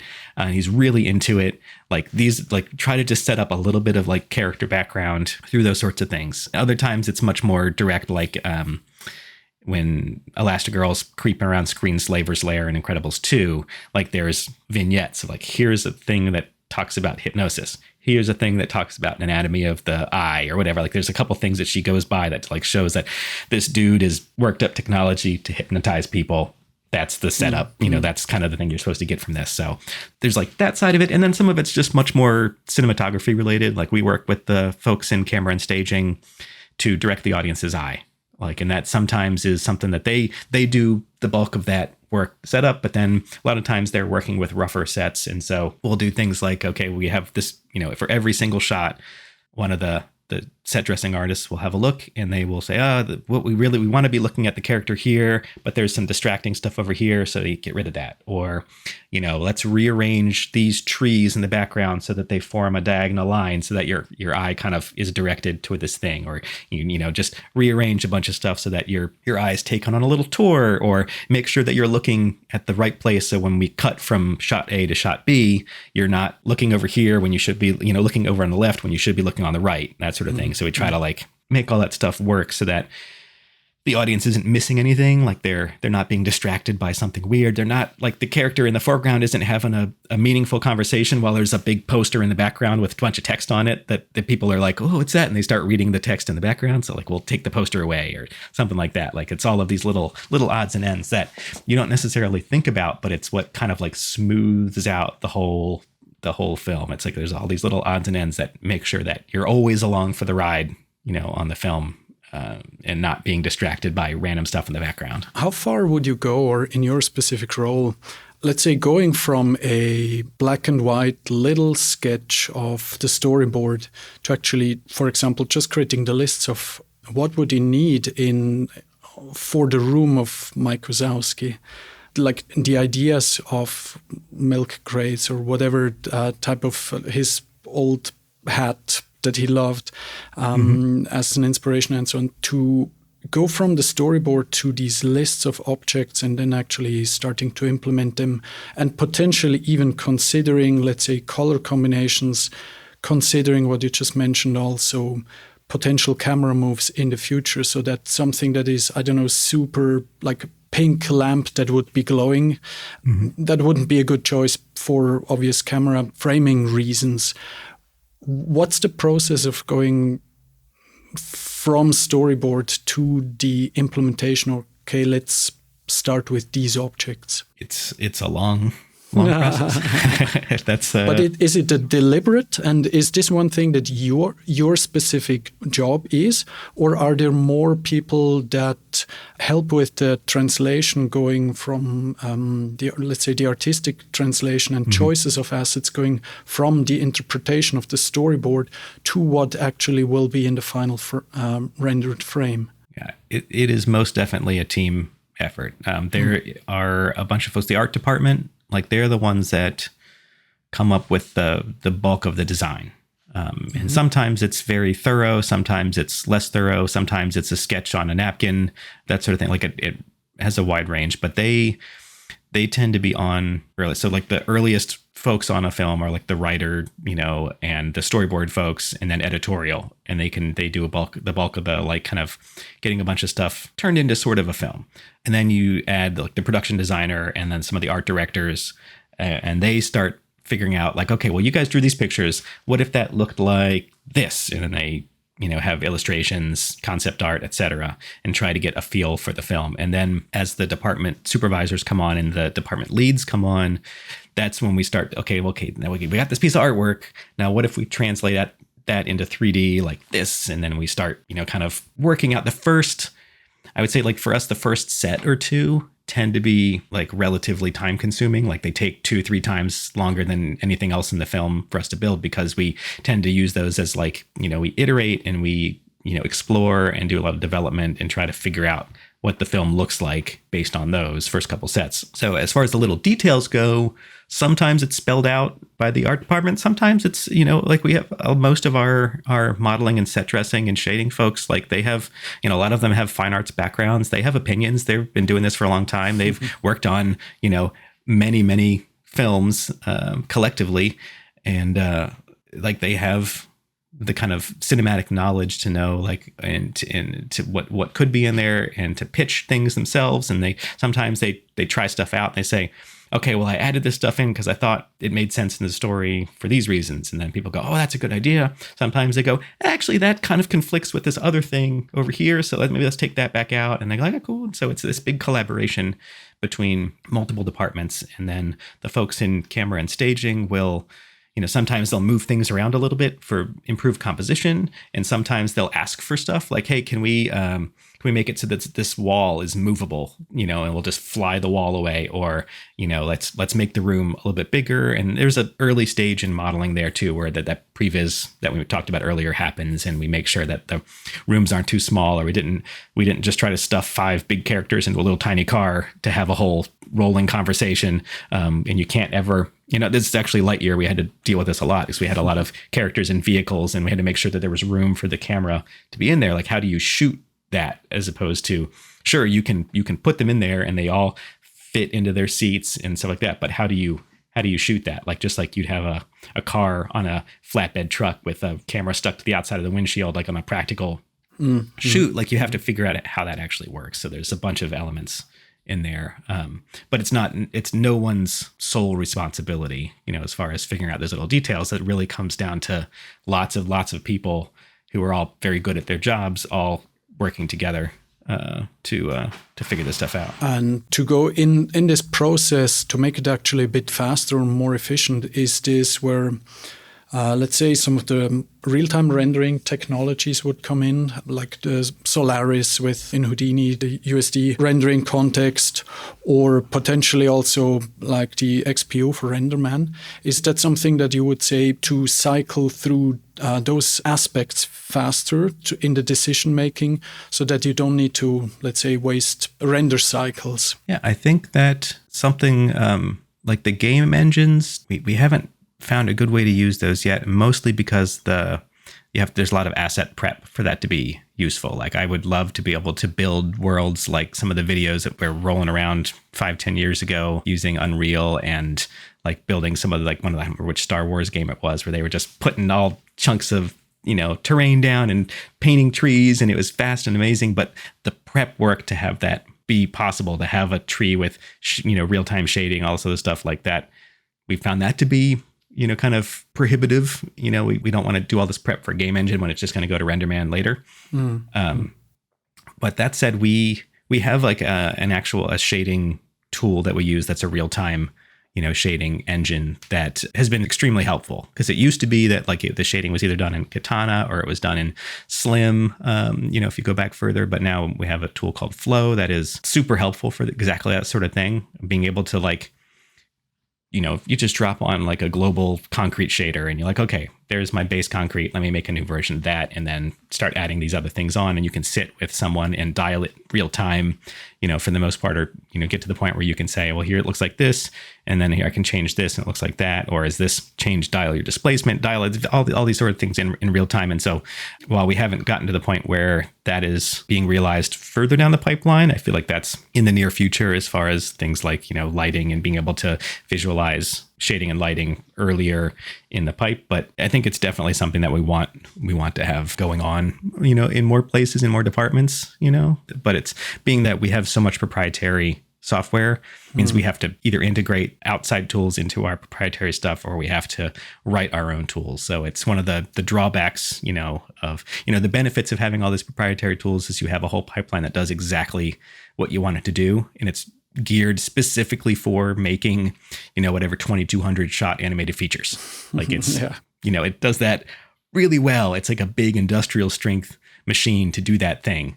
But it takes, you know, the drawback is that if you want to put in a new tool, then you have to like wire that tool up to your big industrial strength machine, because there's no off the shelf thing that just fits. You know, it's, you know, the only exception being basically modeling, because you can model anywhere and then drop that into Maya, and then it goes into the pipeline. But, you know, as far as integration of real-time stuff, it's definitely a little more difficult. Yeah, especially also if you have, for example, just characters that are kind of built volumetrically, and which is not just simple polygons, which you could just render straight out of the box in like in a game engine. Exactly. That makes sense. Now, I'm curious, in your presentation about Lightyear at the FMX conference in Stuttgart in Germany this year, you mentioned you were able to reuse some Star Wars assets since the franchise was acquired by Disney some time ago. How did this option even came up, and how was it received by the team? This was, would have been just a little bit before the pandemic, because we were all sitting around in one of the art rooms, you know, the director and producer and art department. And that was when there was just, you know, I was the only member of the sets department at that point. And our director, Angus, had asked, he's like, hey, you know, Disney owns all this Star Wars stuff. Can we just take some of those ships and chop them up for parts and use that? Because we were trying to figure out like how to get a very high level of detail on all of the stuff in the film without actually having to hand model all that stuff, because it's really time consuming. Like, you know, a lot of modeling is, you know, brute force effort. You know, you look at the picture and then you have to make the thing. And then like, what are the shortcuts for that? What can we do to make things go faster but still look good? And like, I think our initial, you know, at least I know my initial reaction to that was, no, there's no way that like, you know, the combined legal departments of all of the different companies, like there's no way that they'll let that happen. It seemed like preposterous. And so I was like, I doubt that would be, I mean, it would be cool, but there's no way. And so in my mind, I kind of just wrote that off. And then a week or two later, it turned out that our producer, Galen Sussman, had checked around, you know, checked some connections over at Industrial Light and Magic, and actually found out that was not preposterous. Like it was actually a thing that could happen. And, you know, then that she had gotten permission, and I was like, okay, well here now, you know, like here's the contact email for the person that like manages their asset, you know, their kind of asset supervisor kind of thing. And so, and what I learned was that for Industrial Light and Magic, or for I guess Lucasfilm, it's not an uncommon thing, because they send this out to other companies to other ILMs around the world, that sort of thing. So they have a whole kit of stuff that builds the Star Wars universe, like all the little bits and pieces. And I was like, my mind was blown. I was like, wow, you can just break the Star Wars world down into all of these little pieces, and you make big shapes and you put little pieces on there and it looks like Star Wars. And one of the things that was super fun to me was all of the digital versions of the plastic model pieces that they used in the 70s to build some of these, these spaceships. And, like here's pieces from like, German tank kit. Here's like, this is like a piece of like an engine block from a Formula One car, like a V10, that sort of thing. Like, I can recognize the various little chunks of what would have been plastic at the time that became, iconic details on like the Millennium Falcon. But they have digital versions of all that stuff. So it was a treat for me because like I mentioned earlier, long time scale model builder. So being able to actually get a whole lot of stuff in my kind of more natural medium of choice on the computer was pretty fun. And that said, they don't all match the world. One of the things I did have to do was spend a decent amount of time sorting through like something like 700 pieces and narrowing that down to like just a couple, like 200, 300, something like that I thought fit the look of Lightyear and weren't too Star Warsy. And we obviously couldn't use like any specific ships or anything. Like we didn't want our movie to look like Star Wars, but we wanted to be able to take little groups of pipes or panels or whatever and use those just to save some time. And I think it actually worked really well. How was the conversion process? Or, I mean, if it's ILM, they most probably also used RenderMan to render all of the shots, or at least everything that was rendered by ILM. So how was the conversion process of ingesting those into a kind of the standard Pixar render pipeline? I think we ended up reshading everything, and not because the shading wasn't good, like because I think we got all of the texture maps and various things like that. And one of our shading leads did some work and figured out a conversion. Like, yeah, he can put that stuff into one of our shaders, but it's like the look of Star Wars and the look of Lightyear are there, and they're in the same kind of genre, but they're far enough apart that you could tell. Like you'd say, oh, that one doesn't look like these other stuff around it. It looks, a little, maybe it's too grungy. It's a little, grimier and grittier looking, like the Star Wars world, or maybe it's the opposite. Maybe it's too clean, like whatever it is. Like it was one of those things where our pipeline is also, our shading world is much more procedural. There tends to be a lot of procedural elements used. There's a lot of object instance variation that is added in at the shading level so that you can dress in the same model a dozen times and you won't get the exact same thing. It has some variation built in there as well. There's a bunch of that stuff that we put in on a lot of our props so that it's not an easy direct translation from one to the other. But yeah. Cool. So in your experience working on sets, how important is a general knowledge about the architecture? I don't want to say not important, but it's the sort of thing that isn't vital. Like a lot of the folks that are in our department did like the art school route, or they went to schools with a strong computer graphics program and then kind of found their way into Pixar eventually. But we do have a few architects or former architects, and a case where that actually was incredibly helpful in our city building efforts on Incredibles 2. We're kind of diving into populating all of the big buildings, the tall buildings, the skyscraper kind of buildings of our cities. And we're finding they weren't really looking right. Like they wasn't quite believable. We're like, there's something missing here. And a fellow who's now one of the modeling leads, Raymond Wong, who did have a career as an architect for a while before he came to Pixar.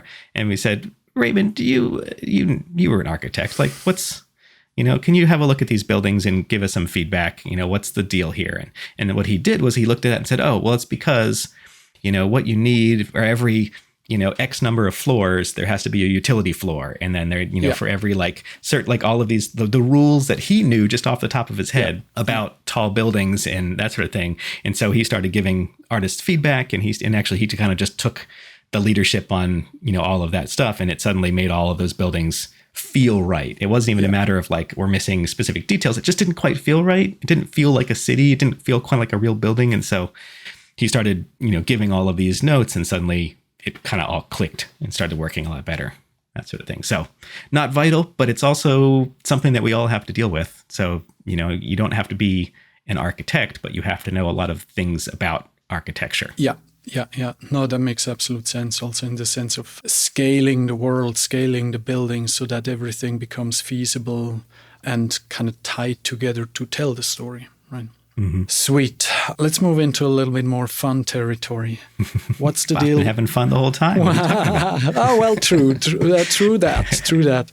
But what's the deal with the rubber mask? So for those people that didn't see the podcast picture, there's Nathan with a rubber mask. What's the story behind that mask?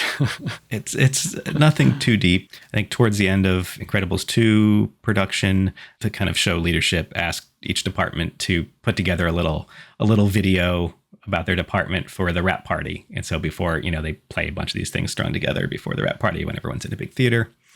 And so I was like, I didn't want to trouble the team with like, oh, come do some singing and dancing or whatever. So I was going to put together a little stop motion thing of and part of that is little photos of all of the people on the team, kind of that all appear on screen, that sort of thing. And so I had a day where I had my camera in and on a tripod and asked everyone to just swing by and get your picture taken real quick. And our set dressing lead, Tom Miller, showed up with a box of props.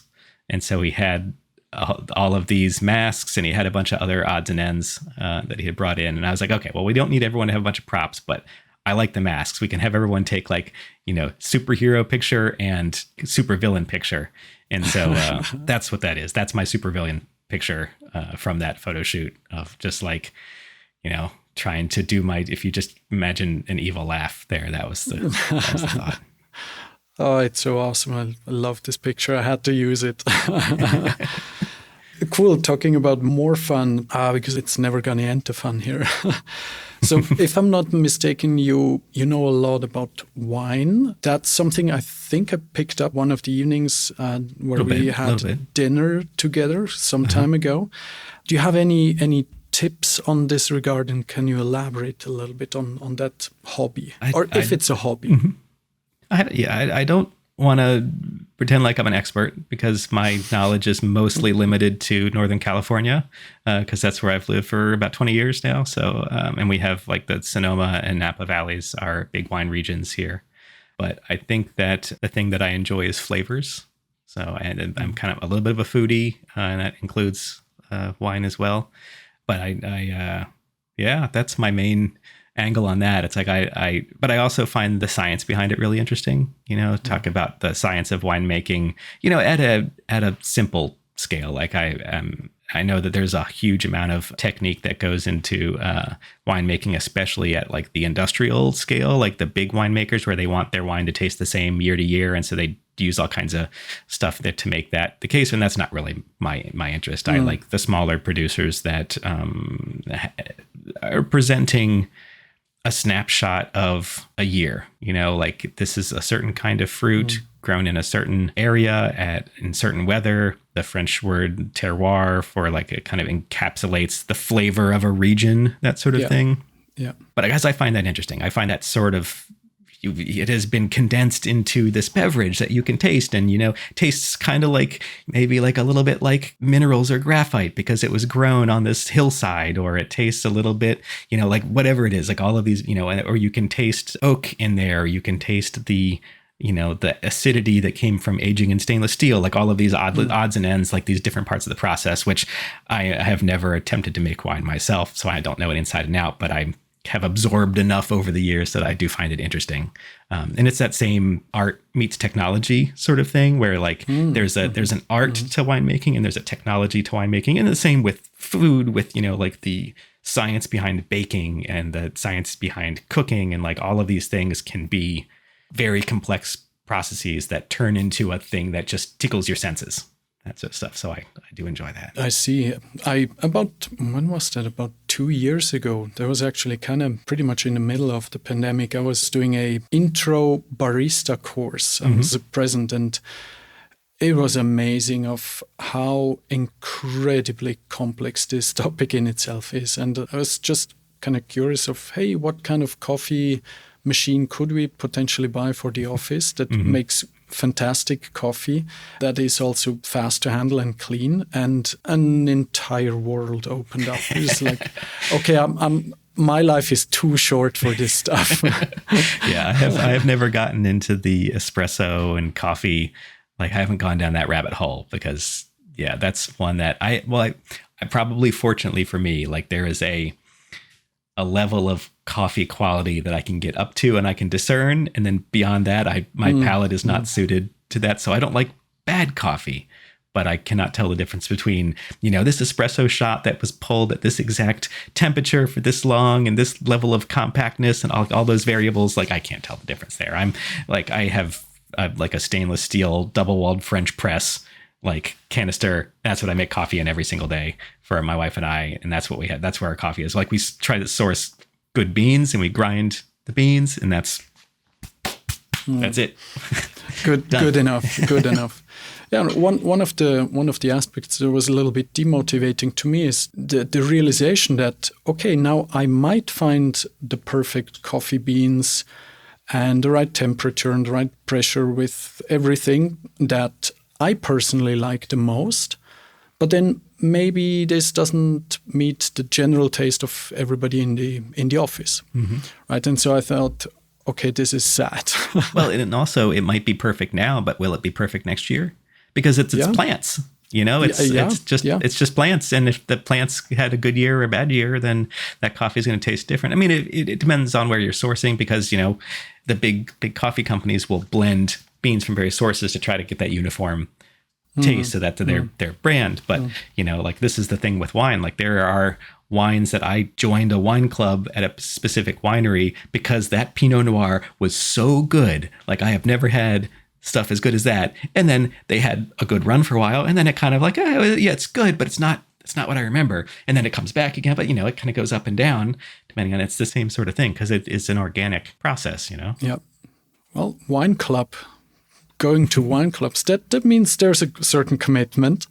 Yeah, well, we're members at 2 in Napa Valley. And what it does is it gets you free tastings and they send you a certain amount of wine each year. So you commit to buy a certain amount of wine and then you get free tastings and they have a couple parties, each year, things like that. So it's not a huge commitment, especially because my wife doesn't drink. So I can't have I can't be buying wine left and right because I don't drink that much either. I kind of just have a little bit every now and then. So I end up with too much wine.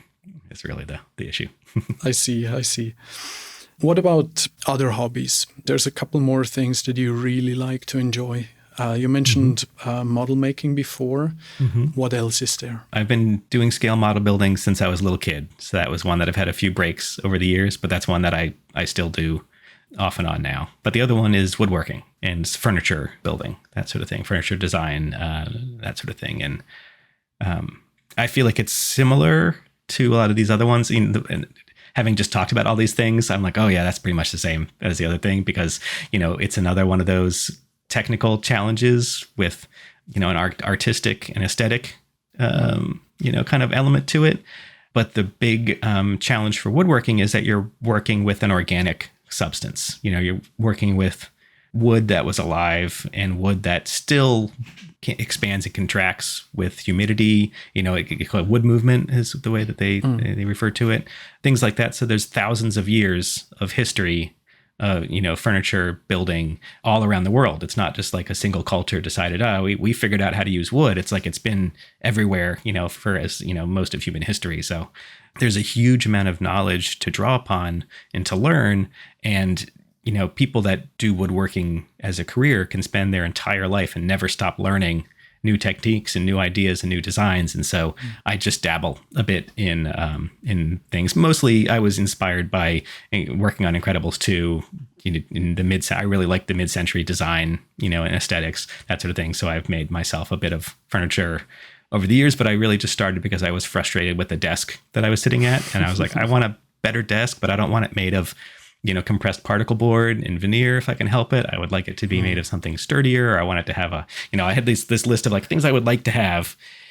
And then at some point I was watching YouTube videos of something and ran across a guy making a mid-century style desk. And I was like, I could probably make that. Like that's not so, that doesn't look that tough. And the whole video was like, you could make this too. It's not that tough. And I'm like, I should give that a try. So I mentioned to my wife, like, I might buy a few tools. I think it'll be cheaper if I just buy a couple tools, and then if I buy a desk. And for those that are considering this, it is never cheaper to build your own thing and buy the tools, but you do have tools at the end, which is fun. So that was how I got into it. And so I've been slowly increasing my knowledge over the years of woodworking and that sort of thing. But it's like I said, a fun mixture of technical stuff. And then some people don't enjoy the design aspects and just opt to build from plans, but I enjoy the design aspect because of the 3-dimensional, construction of those things is how my brain kind of works anyway. So it's not much of a stretch.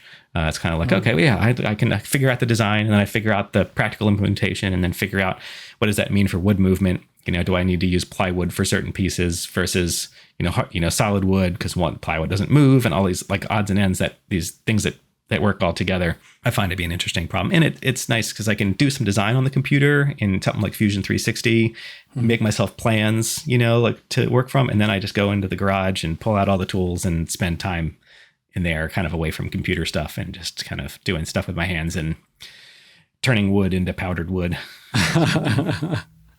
Oh, awesome. Awesome.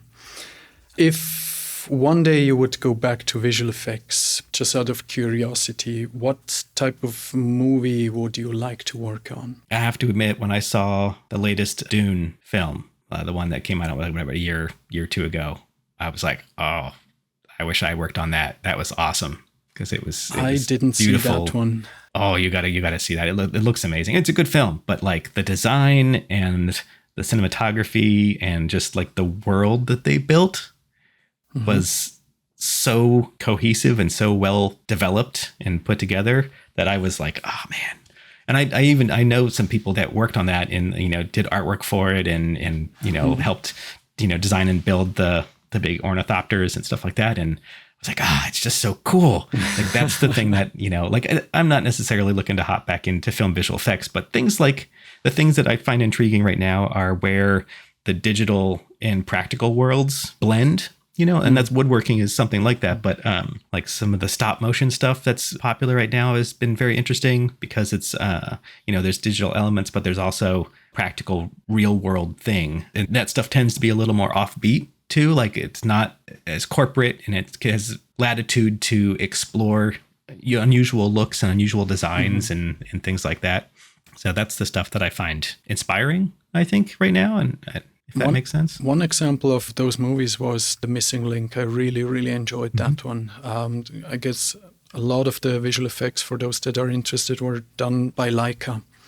Kind of this mixture between like rendering visual. Sometimes I'm messing up the terminology, but basically the stop motion and rendering / animation aspects of that are really well put together and like blended really, really well. One of the ones that I found real interesting recently was the latest Henry Selick directed film, Wendell and Wild. The thing that I found interesting about that one, I mean, it's Henry Selick, like Nightmare Before Christmas and Coraline, like he's done these films that I think are absolutely beautiful. But the thing that he did was almost the opposite of Leica, and not to assign a value judgment to either one. I just think it's interesting contrast is that he did not cover up any of the artifacts of the stop motion process, the swappable mouth shapes or swappable pieces of the face. What he did, it wasn't a one-person production, it was a big team, but the designs that they had for the characters worked really well with the stop motion process. Like it was designed so that there was like a fellow with a big beard, and the seam for the mouth was around the seam of the beard so that you take the whole beard off. And then there was just a little, it was a line there, but it worked with the character design. There was a lot of that sort of thing where like the designs themselves worked really well with the process. And that was something that I thought was pretty amazing. And at the same time, I remember seeing a making of thing of Leica doing the, I think, opening boat sequence in Missing Link, where they're on like a rowboat in the water. And they had this amazing process where they started with a digital version of that, and then they translated onto a like whatever their I don't know if it's hydraulics or pneumatics or what it is, like whatever their practical rig was. And then they figured out what the difference was between the digital version and the practical version, and then built that difference back into the digital rig so that they would come out the same. And so they could then synchronize the stop motion version of the boat with the digital effects and things like that they put around it. And that mixture of digital and practical stuff, that's pretty amazing. I think I need to go back and check this in the making of. But yeah, I saw one making of some time ago, but I don't recall all the elements. But this stuff is really craftsmanship, like literal, and then also translated into the digital realm. So I really like that stuff too. Yeah, it's pretty amazing. So for just a quick one for the young artists, aspiring people to that want to be working at Pixar one day, some tips. Well, we touched on this a little earlier. It's right place, right time. That's always key. So don't give up. If you submit your work and don't get an interview, or if you get an interview and don't get a job, that sort of thing, don't let that be the end of your story. Kind of just keep at it. The other thing is work. You got to do the work, and the people that put in a lot of work, it shows. That sort of thing. So it's the sort of thing where you need to drive yourself to be better, both artistically, technically, that sort of thing. And you don't want to be harsh on yourself, but you need to just do the work, learn from it, move on, do better the next project, and just keep that cycle going and try something new every project. This is something that I do both with my scale model building and with my woodworking, is every project has something new, like a technique never done before, or a aspect of design I haven't done before, because I want to learn. That's one of the things that I find interesting. And I did the same thing earlier in my career when I was building up my portfolio. I would try to incorporate some new technique or something like that in each project. So I had a new challenge, something I could use to push myself. And it's that sort of attitude that we often look for, is like someone who's not satisfied with where they are now and they want to keep getting better. And they also know what they could have done better now if they look back on a project a little while back. Like one of the interview questions that we ask them to pick a project on their reel and say, if it was a 4-week project, if you had an extra week, what would you do to make it better? And then see what they say. And also, if you had 2 weeks instead of 4, what would you cut? And then they can then boil that down to the essence of whatever the project was. So it's being able to look at your own work, like basically step away emotionally from your own work if you can, and evaluate it as objectively as you can. Like, these are the things that I have seen help young people the most. If they can do these things, it makes their work so much better, faster, that sort of thing. Yeah. Growth only comes outside of the comfort zone. Yep. Very true. All right. And then 2 last questions that I'm always asking. First one, if you have to recommend a book everybody should read, which one would it be and why? So I had a hard time with this one because most of my reading is like relaxation. I read a lot of sci-fi and I just kind of disappear into things. So I actually have 3 books that I have found useful over the years. And I have I'll do a quick, and there's a reason for each one. So one is Anatomy for the Artist. It's a great reference book. And this is particularly because these things helped me when I had to do character work and I didn't really do a lot of character work. It's a wonderful reference for musculature, for skeletal structure, for all of the how to make a character believable.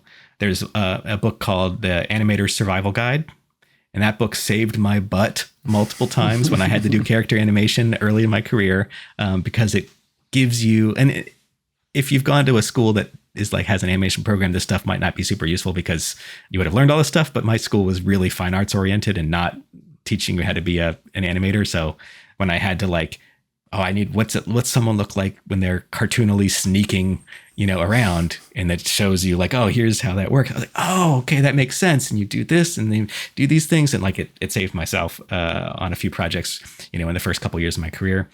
And then more relevant to my current job is there's a book called Architect's Data. I think Neufert, is the fellow that's associated with Neufert, that. And it is... Yeah, it is just a big book of architectural guidelines. Yeah. And so when you need to know what's the rise and run of a step, what's the standard, how high are countertops? Because if you push those things, if you don't have that information and you're trying to build a believable world, it feels wrong.